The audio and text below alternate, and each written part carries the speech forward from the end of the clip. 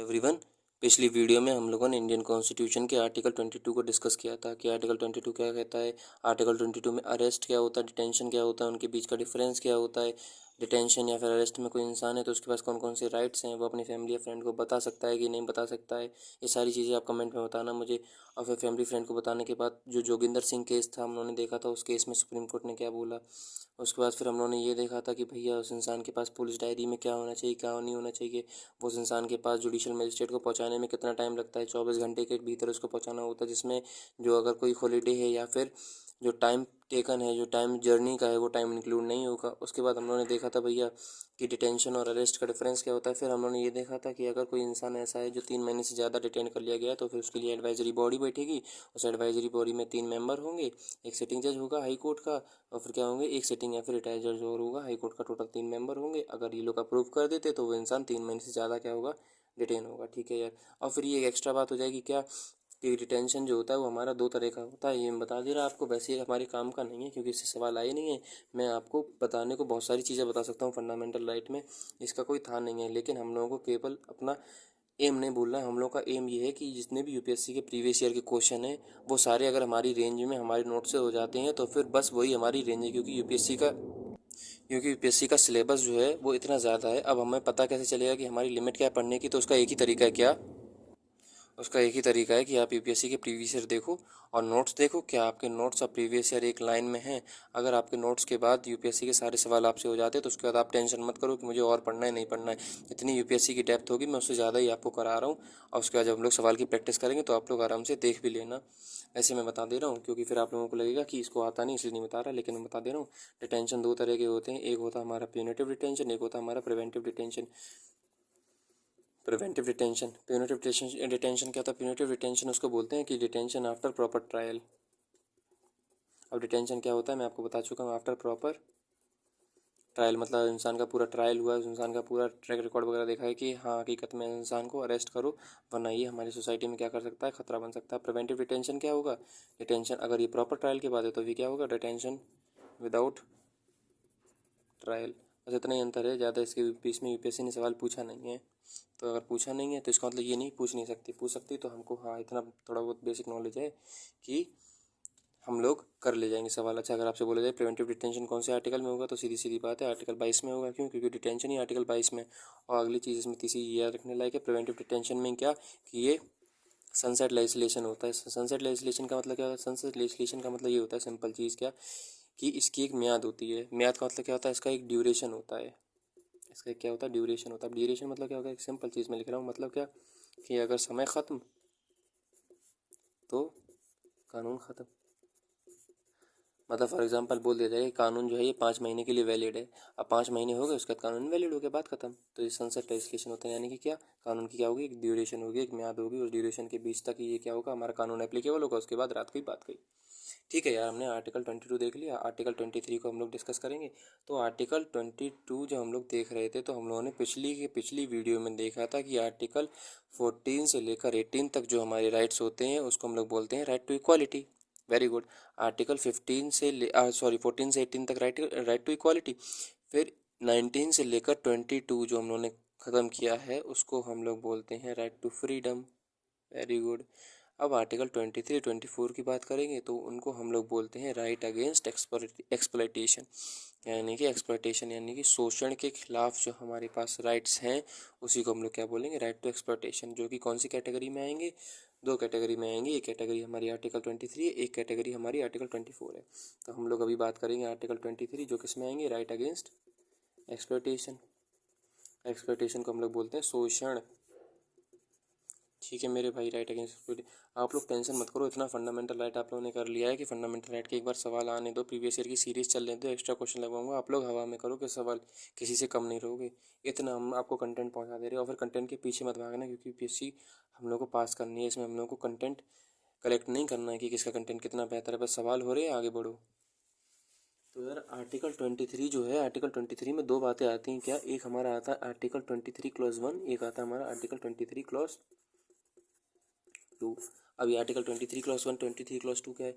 Article 23 clause 1 जो है वो सिंपल बात करता है कि आपको ट्रैफिकिंग नहीं करनी है।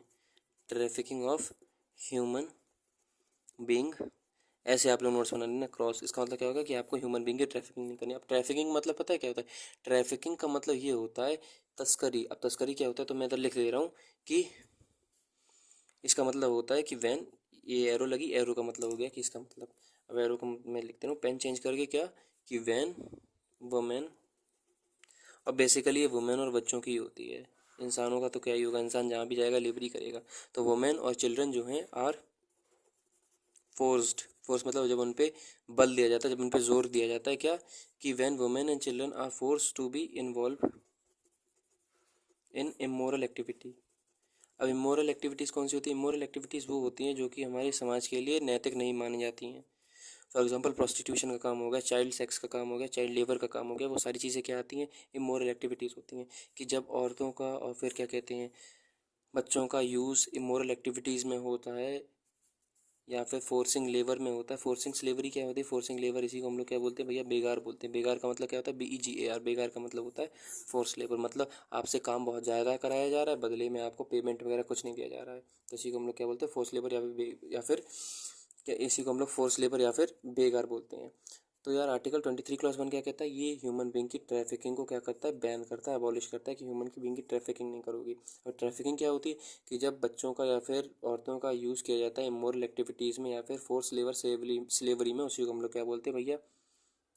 ट्रैफिकिंग बोलते हैं। ये हमारा आर्टिकल हो गया। अब इसके खिलाफ क्या सरकार ने कोई कानून बनाया है? तो भैया बिल्कुल बनाया है कानून, ज़रा बता दो। तो यार इसका एक कानून हो गया, फॉर एग्जांपल गवर्नमेंट ने पास किया था ITPA। अब ITPA मतलब क्या होगा? ITPA का मतलब होता है immoral trafficking prevention act, immoral trafficking prevention act. अब ये तो ट्रैफिकिंग के खिलाफ हो गया, क्या बेगार के खिलाफ भी है? तो बेगार के खिलाफ भी है। तो बेगार के खिलाफ जो कानून है उसको हम लोग बोलते हैं बॉन्डेड लेबर एबोलिशन एक्ट। यानी एबोलिशन मतलब क्या होता है?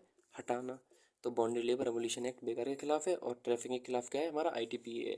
ठीक है भाई, हमें समझ में आ गया कि भैया बेगार क्या होता है, ट्रैफिकिंग क्या होता है, किस आर्टिकल में इसको बैन किया गया है। तो आर्टिकल 23 क्लॉज 1 में है। अब आर्टिकल 23 क्लॉज 2 ये कहता है, दोस्त आप पहले समझ लो, लिखते तो रहेंगे ही। आर्टिकल 23 क्लॉज 2 ये कहता है कि मान लो यार, सरकार अगर किसी इंसान को फोर्स करती है, अथॉरिटी किसी इंसान को फोर्स करती है कि भैया या तो पैसे या फिर बिना पैसे के आपको कुछ काम करना पड़ेगा, तो फिर आप लोग उस चीज़ को मुकर नहीं सकते हो। मतलब क्या हो गया? मतलब ये हो गया कि स्टेट कैन कंपेल, कंपेल मतलब होता है दोस्त जोर जबरदस्ती करना, फिर ऑर्डर देना, an individual to provide services. अभी देखना इसमें मज़ा आएगा, एक एग्जांपल से आपको सब समझ में आ जाएगा। विद और विदाउट पेमेंट, मतलब पेमेंट तुम्हें मिल भी सकता है, नहीं भी मिल सकता है, स्टेट की मर्जी होगी। विद और विदाउट पेमेंट, लेकिन इसमें कंडीशन क्या है? प्रोवाइडेड, ये जो आप सर्विस ले रहे हो ना, कि the provided service should be in public interest. ऐसा नहीं है सरकार अपने के लिए कोई भी काम आपसे करा लेना। अगर मान लो सरकार कहती है कि भैया ये कोई ऐसा काम है जो कि पब्लिक इंटरेस्ट के लिए अच्छा है, उस काम को करने के लिए सरकार चाहे तो आपको सैलरी दे या ना दे, बिना पैसे के भी आपसे वो काम करा सकती है। ये जो है ये हमारा एक राइट है, आप इसके खिलाफ कुछ कर नहीं सकते। सरकार चाहे तो आपसे काम ले सकती है बिना पैसे के भी। अब इसमें भैया क्या होगा? द स्टेट शैल, इसमें आगे एक और बात लिखी है, the state shall show no discrimination on grounds of religion. मतलब रिलीजन के बेसिस पर सरकार कोई डिस्क्रिमिनेट नहीं करेगी, मतलब किसी भी रिलीजन के बंदे से वो कोई भी काम ले सकती है। रिलीजन हो गया हमारा, या फिर हमारा रेस यानी कि गोरे हो काले हो, या फिर कास्ट कोई भी आपकी जाति हो, चाहे आप हायर कास्ट के हो लोअर कास्ट के हो, इससे कोई मतलब नहीं है। या फिर प्लेस ऑफ बर्थ हो, आप कहाँ के रहने वाले हो, इस सबसे कोई मतलब नहीं है, एक्सेप्ट सेक्स, यानी कि जेंडर के अलावा। वैसे इन दोनों में अंतर होता है, वो मैं आपको पॉलिटिकल साइंस में पढ़ते हैं। सेक्स के अलावा सरकार चाहे तो किसी भी आपसे काम ले सकती है बिना पैसा दिए। सिंपल चीज़ ये हमको समझ में आ गई। ये क्या कहता है कि ह्यूमन बीइंग की ट्रैफिकिंग नहीं होगी, बेगार नहीं होगी। ठीक है, ट्रैफिकिंग बेगार। ये क्या कहेगा? सरकार बिना पैसे से भी आपके काम ले सकती, पैसा दे भी सकती, बिना नहीं भी दे सकती, एक्सेप्ट सेक्स। फॉर एग्जांपल इसका क्या मतलब हो गया? कि फॉर एग्जांपल यार, कि मेंस कैन बी प्रेफर और compelled during war to provide services. For example मान लो युद्ध चल रहा है हमारा, अब अगर युद्ध चल रहा है तो सरकार चाहे तो सेक्स के बेसिस पर, फॉर एग्जांपल क्या, आदमियों से बोले कि आदमी हो आप, इसलिए आपसे हम ये सर्विसेज लेंगे, आदमी हो इसलिए हम आपको फ्रंट लाइन पे भेज रहे हैं। क्यों? क्योंकि फ्रंट लाइन पे औरतें नहीं जाएंगी। ये कैसा हो सकता है? इमोरल हो सकता है हमारा। तो ये एक्सेप्ट सेक्स के अलावा आपसे डिस्क्रिमिनेशन किया जा सकता है। ठीक है भैया, ये हमको आर्टिकल 23 समझ में गया। अब आर्टिकल 24 क्या कहता है? तो आर्टिकल 24 भैया जो है वो कुछ नहीं, इसी का क्या है, पार्ट है। आर्टिकल 23 24 दोनों किसके हैं? राइट अगेंस्ट एक्सप्लॉयटेशन के पार्ट हैं। तो आर्टिकल 24 ये कहता है कि 14 साल से कम उम्र का अगर कोई बच्चा है, 14 साल से कम उम्र का अगर कोई भी बच्चा है तो वो किसी भी हजार्डियस यानी कि डेंजरस जगह पर काम नहीं कर सकता है। ठीक है यार, समझ में आ गया। तो इसका मतलब क्या है कि, तो इसको बोलते हैं कि it prohibits, article 24 prohibits employment of childrens. क्या, तो चिल्ड्रन तो पहले से ही प्लूरल है, उसमें एस क्यों लगा रहे यार? स्लिप ऑफ टंग हो गई भैया, बात ना पकड़ो अब। It prohibits the employment of children below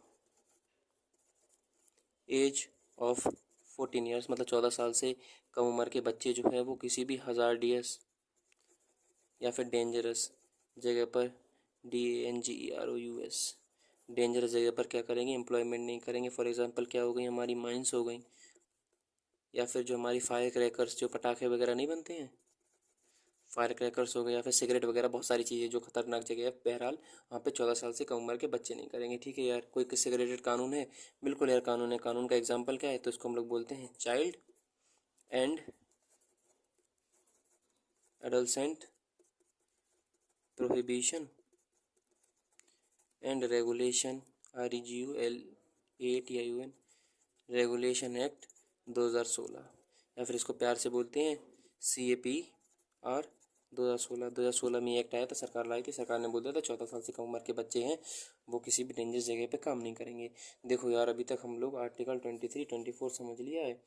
article 23 और 24 जो है ये बहुत ही ज़्यादा इंपॉर्टेंट राइट्स है। अगली वीडियो में हम लोग आर्टिकल 25 को डिस्कस करेंगे। अच्छा, अभी तक हम लोग आर्टिकल 12 को देख चुके हैं, 13 को देख चुके हैं, 14 15 16 17 18 19 20 21 22 23 24 इतने सारे फंडामेंटल राइट देख चुके हैं। अभी वैसे अगर इंपॉर्टेंट फंडामेंटल राइट की बात करी जाए तो वो 25 से 32 तक और है, लेकिन मैं आपको 33 34 35 भी बताऊंगा कि मार्शल लॉ क्या होता है क्या नहीं होता है।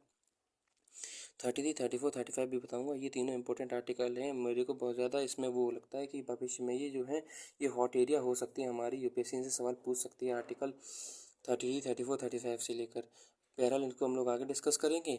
टिल देन, जय हिंद, जय भारत। अच्छा, एक और बात कि अगर आपको कोई दिक्कत हो आर्टिकल 23 24 में या फिर आर्टिकल 22 में तो आप लोग मेरे से पूछ लेना कमेंट करके, मैं सारी रिप्लाई दे दूँगा आपको। ठीक है भाई, अगली वीडियो में मिलेंगे। जय हिंद, जय भारत।